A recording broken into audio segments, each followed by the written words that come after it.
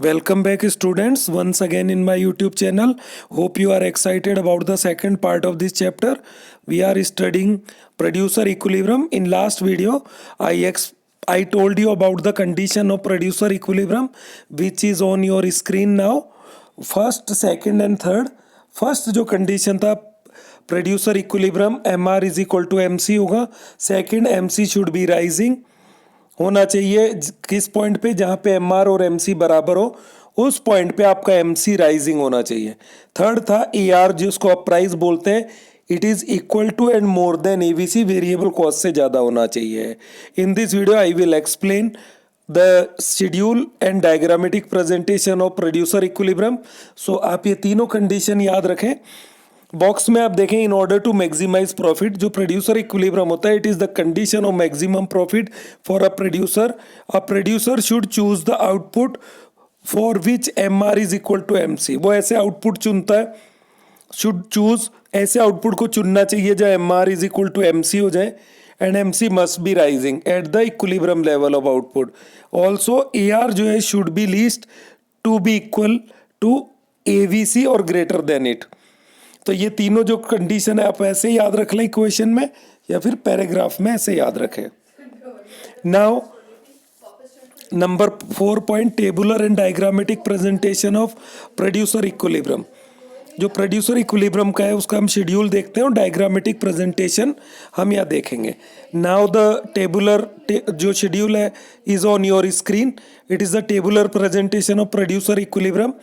First column output is given, second column MR marginal revenue is given, and in third column marginal cost is given. So we studied about the 2-3 condition of producer equilibrium. First जो condition था MR is equal to MC. तो MR is equal to MC यहाँ अपने पास दो जगह बराबर होता है. First when output unit is 2, जब आपके पास आउटपुट यूनिट 2 है तो M R is equal to M C, दोनों 12 होता है. And at the level of 10th unit of output 12 is equal to 12, यहाँ पे दोबारा इक्वल होता है.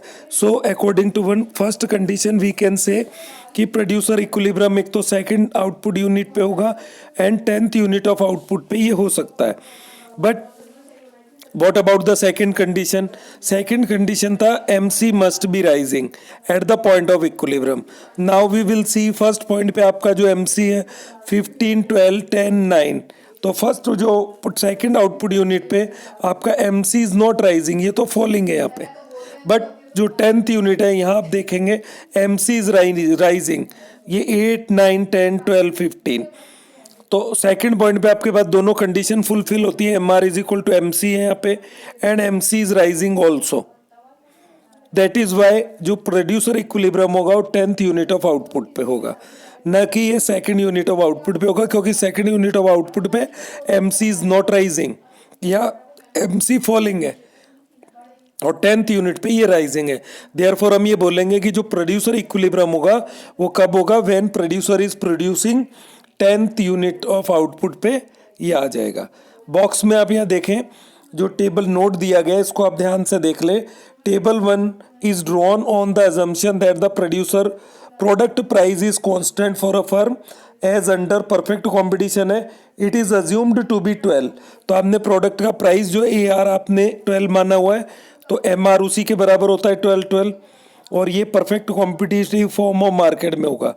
Per unit constant A R implies, अब ए आर कॉन्स्टेंट था 12 तो आपके पास एम आर भी 12 आएगा. सेकंड है M C shown as initial falling, और एम सी का जो शेप यू शेप आता है तो इनिशियली ये फॉलिंग होता है, बाद में जाके ये इंक्रीज होने लगता है. तो जो बिहेवियर एम सी का था perfect competition form of market में, वही हमने यहाँ ड्रॉ किया है. Now it is the description of this schedule. आप इसको पढ़ सकते हैं, you can read it any time by pausing your screen. Now come to the diagrammatic presentation. जो डायग्रामिक टेबुलर वाला जो था, इसमें किस तरीके से आप प्रॉफिट को कैलकुलेट करेंगे ये कैलकुलेशन यहाँ पे दिया हुआ है. इसको मैं आपको शेड्यूल में ही बता देता हूँ, फिर डायग्राम को लेंगे. Just like if you calculate the M R at the both point, दोनों पॉइंट पे आप एम आर कैलकुलेट करें. सेकेंड यूनिट पे आपके पास एम आर होगा 12 + 12 24. ठीक, तो एम आर आपको रेवेन्यू मिला 24, और टोटल जो कॉस्ट आता है आपके पास टीसी जो आएगा वो 15 + 12 हो जाएगा, तो ये हो गया 27। तो यहाँ प्रॉफिट कहाँ होगा? Cost is more than revenue. It means यहाँ अगर आप प्रॉफिट कैलकुलेट भी करने जाएंगे तो -3 प्रॉफिट आएगा when you subtract 27 from 24। Now come to the 10th unit of output. 10 unit of output में जब आप MR कैलकुलेट करते हैं तो MR आपके पास क्या हुआ 1 to 10। तो जब आप 12 को ऐड करेंगे 10th यूनिट पे तो टोटल MR आपके पास आ जाएगा 120। मतलब 12 12 12 10 यूनिट आपने बेचा है तो 12 × 10 120 हो जाएगा। अब आपको कॉस्ट को कैलकुलेट करना है। जब आप कॉस्ट को कैलकुलेट करें तो ऊपर से आप कैलकुलेट करने लगेंगे 15 12 10। आप इसको ऐड करके देखें क्या क्या ऐड करना है। 15 12 10 9 8 7 8 9 12 एंड 10 एंड 12। तो ये पूरा हिस्सा आपको ऐड करना है यहाँ तक। अगर आप इनको ऐड करेंगे तो आपके पास क्या आएगा, आप ऐड करें 5 और 2 7 9 8। तो यहाँ आप देखेंगे कि प्रॉफिट आपके पास ज़्यादा होगा। वो कैसे होगा, कैलकुलेशन यहाँ है। ये तो फर्स्ट पॉइंट में था। फर्स्ट पॉइंट पे आपके पास MR 24 और जो टोटल कॉस्ट आया वो 27। तो यहाँ प्रॉफिट हुआ -3। अब आपने जो सिचुएशन सेकंड था 10 unit of output, MR 12 12 10 bar add किया 120। TVC जो है टोटल कॉस्ट को ऐड किया तो इनको ऐड करने पे ये 100 आएगा। अब आप इन दोनों का डिफरेंस निकालेंगे। प्रॉफिट TR TVC का डिफरेंस होता है, then profit is equal to 20। तो जो आपका इक्विलिब्रियम पॉइंट था 10th यूनिट ऑफ आउटपुट में, ये आपका टोटल प्रॉफिट जो है जिसको पाई से रिप्रेजेंट किया ये 20 हो जाएगा। That is why we can say by this calculation कि प्रोड्यूसर जो इक्विलिब्रियम होगा 10th यूनिट ऑफ आउटपुट पे होगा। बॉक्स में फोकस जोन पे देखें, it is only when MR is equal to MC and MC is rising that a producer will reach the point of equilibrium. मतलब अगर ये दोनों कंडीशन पूरी होंगी तो प्रोड्यूसर अपने इक्विलिब्रियम पे पहुंच जाएगा। Where profit is maximise also AR should be at least equal to AVC होना चाहिए इस पॉइंट पे। तीनों कंडीशन हो गई। Now diagrammatic presentation, it is the diagrammatic presentation of producer equilibrium. MC curve आप देख पा रहे हैं and AR curve under perfect competitive form of market. तो perfect competitive form of market में AR जो कर्व होता है MR कर्व वो OX एक्सिस के पैरेलल होगा, स्ट्रेट हॉरिजॉन्टल लाइन, और MC कर्व U शेप होगा आपके पास। Now there are 2 points. एक तो सेकंड जो आउटपुट यूनिट का पॉइंट था ये L1 है आपके पास, तो ये पॉइंट आता है Q1, और दूसरा 10th यूनिट ऑफ आउटपुट जो शेड्यूल में था वो L2 से शो किया गया है। तो MR is equal to MC 2 point पे बराबर होंगे एट पॉइंट Q1। यहाँ भी आपके पास MR is equal to MC होगा बिकॉज MR और MC कर्व यहाँ पे इंटरसेक्ट करते हैं। सेकंड Q2 पॉइंट पे भी आपके पास MR is equal to MC होगा। Why? Because again the MR and MC curve intersect at Q2। But ये दोनों फर्स्ट कंडीशन दोनों जगह फुलफिल होता है, बट सेकंड कंडीशन था MC must be rising, MC rising होना चाहिए। पर MC राइजिंग किस पॉइंट पे होता है? ओनली Q2, बिकॉज Q1 जो पॉइंट है यहाँ पे तो MC फॉलिंग है, नीचे की तरफ आ रहा है। But producer equilibrium is struck only at Q2 because at this point both the situation of producer equilibrium is fulfilled। यहाँ MC राइजिंग भी हो रहा है और MR is equal to MC दोनों है। दैट इज वाई जो प्रोड्यूसर का इक्विलिब्रियम होगा वो Q2 पे होगा ना कि Q1 पे होगा। So it is the diagram of producer equilibrium. Simple diagram, you have to make practice to draw the diagram. अगर डायरेक्ट एग्जाम में बनाने जाएंगे तो पॉसिबल नहीं है। You have to draw the diagram once twice thrice, जितनी भी practice आपको चाहिए अपनी नोटबुक में आप इसको बनाएं। Yes, now description of this diagram, आप इसको देखेंगे एट पॉइंट Q1 पे आउटपुट आपका OL1 आता है, एट पॉइंट Q2 आउटपुट आपका OL2 है। तो इसका जो कैलकुलेशन होगा टोटल रेवेन्यू का एरिया वाइज होगा। ठीक, पहला जो आपके पास दिया TR, area under MR corresponding to the given level of output. तो TR जो होगा एरिया जो MR के अंडर का एरिया है वो आपका टोटल रेवेन्यू हो जाएगा, और TVC एरिया अंडर MC हो जाएगा। तो इसको मैं डायग्राम में आपको अभी दोबारा एक बार समझा दूंगा, पहले आप कैलकुलेशन देख लें। दिस इज इक्वल टू, जैसे आपके पास टीवीसी है, टोटल एरिया अंडर एमसी हो जाएगा, TR area under MR curve होगा। तो आपके पास दो चीजें देखने को मिलेंगी। This is equal to OL1Q1R1, ये पहली सिचुएशन में होगा, ठीक। ये एमआर का एरिया होगा आपके पास। Evidently area OL1Q1R is greater than area of OL1Q1P। तो यहाँ पे कॉस्ट का एरिया ज़्यादा है। अब मैं इसको डायग्राम में समझा देता हूँ आपको। ये आपके पास डायग्राम, इसमें आप ध्यान से देखें, मैंने थोड़ा जूम भी कर दिया। यस, अगर आप Q1 पॉइंट पे कैलकुलेट करते तो MR का एरिया क्या होगा आपके पास, OL1Q1P। This is the area of MR, ये बॉक्स वाला, ठीक। ये लाइन थोड़ा सा मेरे से आउट चला गया, इसको मैं रब कर देता हूँ। यस, तो ये जो बॉक्स का एरिया बचेगा आपके पास, ये वाला आपके पास MR, मतलब इतना आपको रेवेन्यू मिलेगा। बट आपका जो कॉस्ट का एरिया है, कॉस्ट के एरिया में जो इंक्रीज होता है वो मैं अलग कलर से बताता हूँ। दिस, ये कॉस्ट आपका यहाँ से लेके और नीचे तक रहेगा। तो इसका मतलब आपका कॉस्ट का जो एरिया है वो है OL1Q1R और PO तक आता है। इट मीन्स कॉस्ट जो है इस कंडीशन में आपके ज्यादा है और रेवेन्यू आपको कम मिल रहा है। दैट इज वाई Q1 जो है can not be seen as the point of producer equilibrium. Now अब सेकंड पॉइंट पे आते हैं, eight the point of Q2 पे अगर आप देखते हैं टोटल जो रेवेन्यू होगा आपके पास वो जाएगा OL2 Q2 और P&O। ये जो पूरा बॉक्स है इसका जो एरिया ये आपके टोटल रेवेन्यू के बराबर हो जाएगा। नाउ कॉस्ट वाला जो एरिया है अपन उसको देखते हैं। कॉस्ट आपके पास क्या होगा, एरिया अंडर एमसी कर्व। तो एमसी कर्व तो यहां से कट होता है आपके, तो इसके नीचे का जो भी एरिया होगा ये कॉस्ट वाला एरिया है, ठीक। अब रेवेन्यू में आपके क्या है, ये ऊपर वाला भी इंक्लूड हो गया था हिस्सा। कौन सा वाला, अलग कलर से शो कर देते हैं।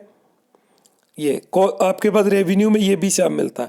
It mean we can say area of revenue is more than area of cost. तो Q2 पॉइंट पे आपका कॉस्ट कम होता है, रेवेन्यू जो है वो आपको ज्यादा मिलता है।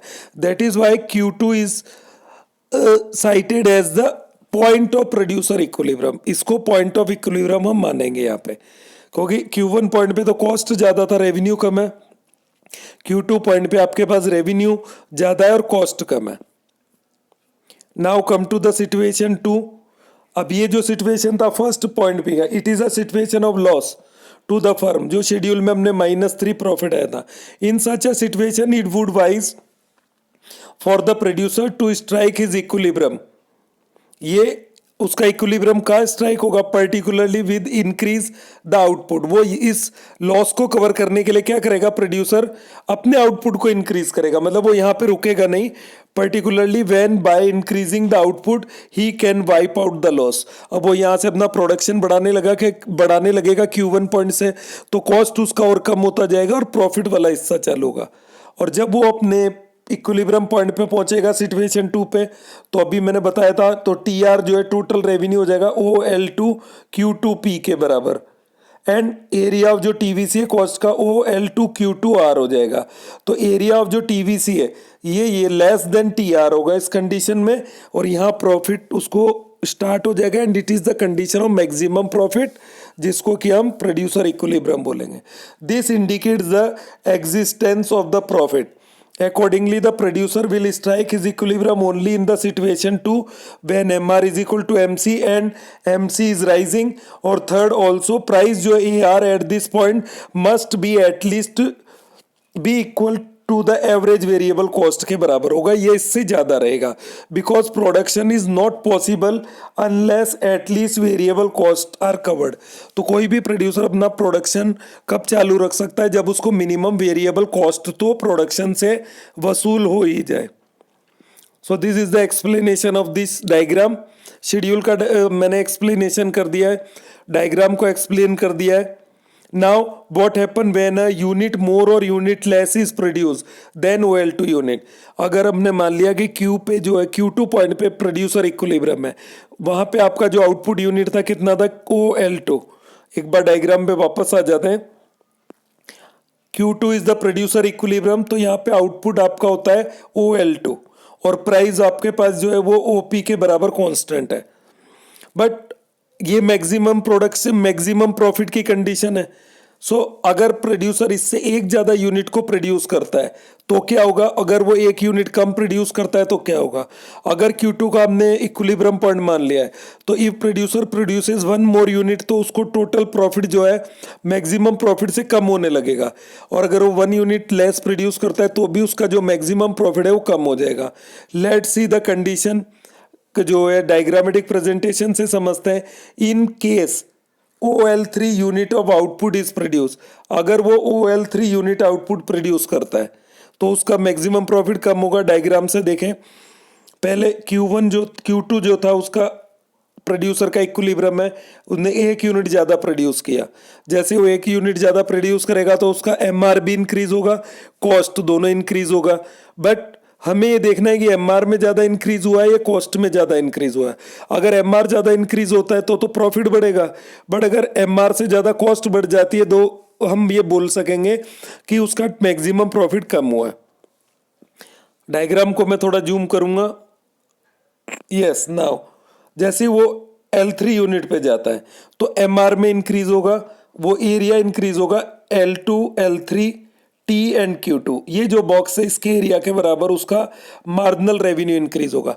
बट कॉस्ट कितना इंक्रीज होगा, क्योंकि कॉस्ट वाला कर्व ऊपर जा रहा है आपके पास, तो कॉस्ट में इंक्रीज, ये जो बॉक्स आप और छोटा सा एक ट्रायंगुलर शेप देख रहे हैं इसके बराबर कॉस्ट ज्यादा इंक्रीज हो जाएगा। तो कॉस्ट का एरिया क्या हो गया, L2, L3, T, Q3, Q2 and L2। तो कॉस्ट में ये ऊपर वाला जो हिस्सा है ये ज्यादा इंक्रीज हो रहा है। So we can say that increase in the cost is more than increase in revenue when producer produces one more unit of commodity। तो इट मीन्स टोटल प्रॉफिट उसका कम हो जाएगा, और तो हम ये कह सकते हैं कि जो Q2 पे जो प्रॉफिट होगा is more than profit at Q3 point. That is why Q2 is the producer equilibrium, क्योंकि जैसे ही उससे आगे प्रोड्यूसर प्रोडक्शन करता है तो उसका टोटल जो मैक्सिमम जो प्रॉफिट है वो कम हो जाता है। Now if producer produces one less unit from equilibrium से वो एक यूनिट कम प्रोड्यूस करता है तो क्या होगा, जो मैंने अभी आपको समझाया, एडिशन टू TR क्या होगा, L2, L3, TQ2।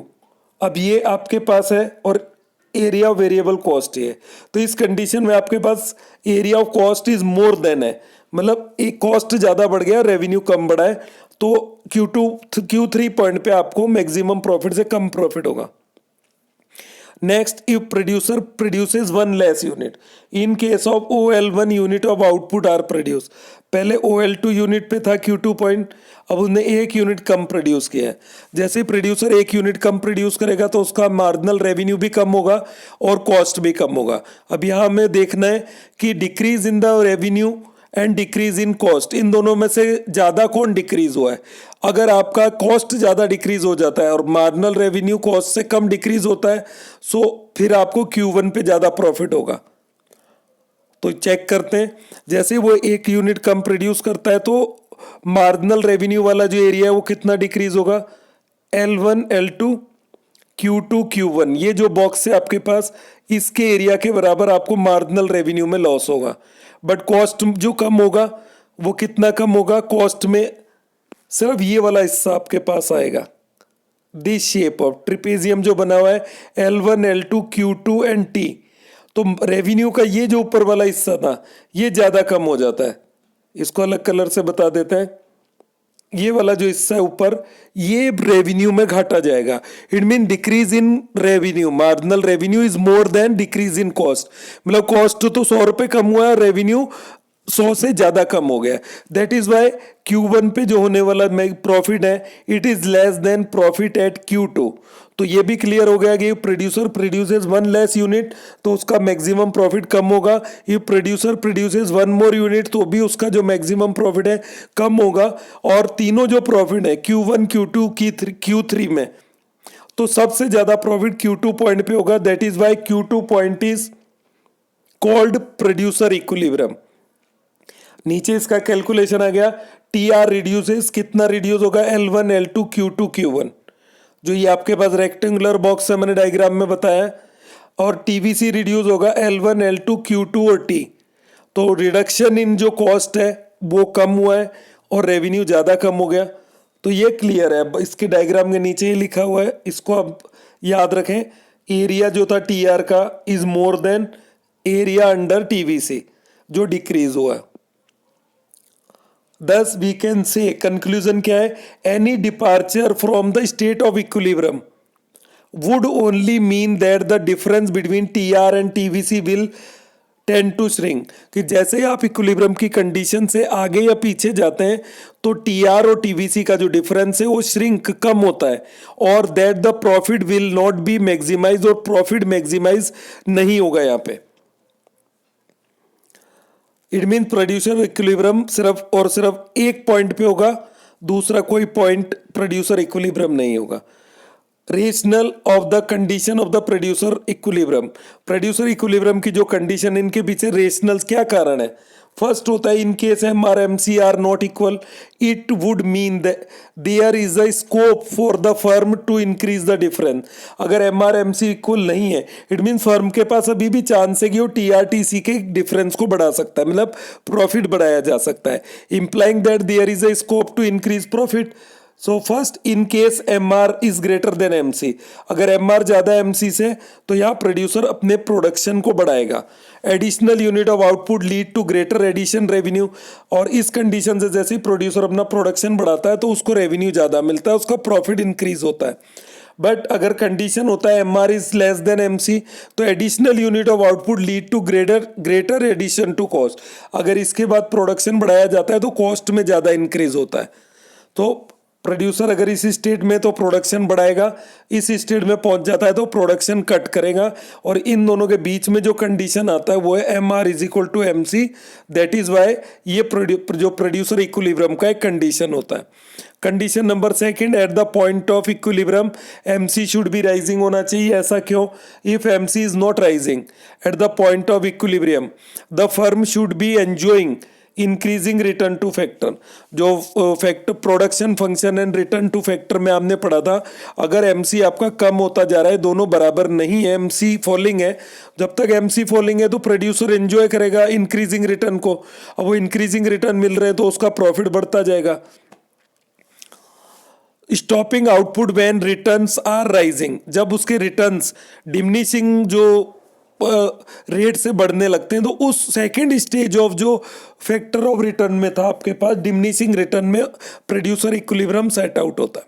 Third condition है, at the point of equilibrium A R is equal to and greater than AVC होना चाहिए। If the producer is not able to cover even is variable cost, अगर कोई producer अपने production से variable cost को भी cover नहीं कर पा रहा है, it would be totally irrational, तो प्रोडक्शन कैसे जारी रख सकता है। That is why it is also necessary condition for producer equilibrium. तो अगर एग्जाम में पूछा जाता है कि ऐसी कंडीशन जरूरी क्यों है तीनों, then you have the particular reason जो मैंने भी आपको इस फोकस जोन में समझाया। Hope you are enjoying. कुछ हाई ऑर्डर थिंकिंग क्वेश्चन है, यहाँ देख लेते हैं। First, why should MC be rising at the point of equilibrium. ये अभी हमने देखा है कि एमसी राइजिंग क्यों होना चाहिए, क्योंकि जब तक एमसी फॉलिंग होगा तो प्रोड्यूसर को इंक्रीजिंग रिटर्न मिलते हैं और वो प्रोडक्शन को आगे बढ़ाता है, और टीआर और टीवीसी का जो गैप है उस डिफरेंस को प्रोड्यूसर ज़्यादा प्रोडक्शन करके बढ़ा सकता है और प्रॉफिट को इंक्रीज कर सकता है। आंसर आपके पास यहाँ गिवन है। Falling MC means that the cost of production and additional unit of output tend to reduce in a situation, मतलब जैसे ही एमसी अगर फॉलिंग है तो प्रोडक्शन आप बढ़ाते हैं तो प्रोडक्शन की कॉस्ट आपके पास कम होती जाएगी, प्रॉफिट बढ़ता जाएगा।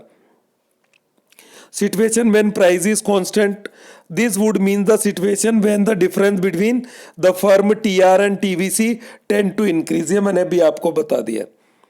This means a situation when firms gross profit जो है TR minus TVC tend to rise, वो बढ़ेगा। Why should a firm not increasing output, तो फर्म तो अपना प्रॉफिट बढ़ाना चाहेगी, आउटपुट बढ़ाएगी इस कंडीशन में। when its gross profit are rising, so this is the reason। Second question है, what happen if the firm increase its output, अगर M R is equal to M C के बाद भी फर्म अपना output बढ़ाती है तो क्या होगा। अभी हमने पढ़ा था कि अगर वो एम आर एम सी के बाद भी प्रोडक्शन को जारी रखता है कोई firm, then cost increases more than revenue increases. It is a simple answer. Answer is given here. Third question, when price is constant for a firm, producer equilibrium is struck only when commodity price coincides with MC and MC is rising.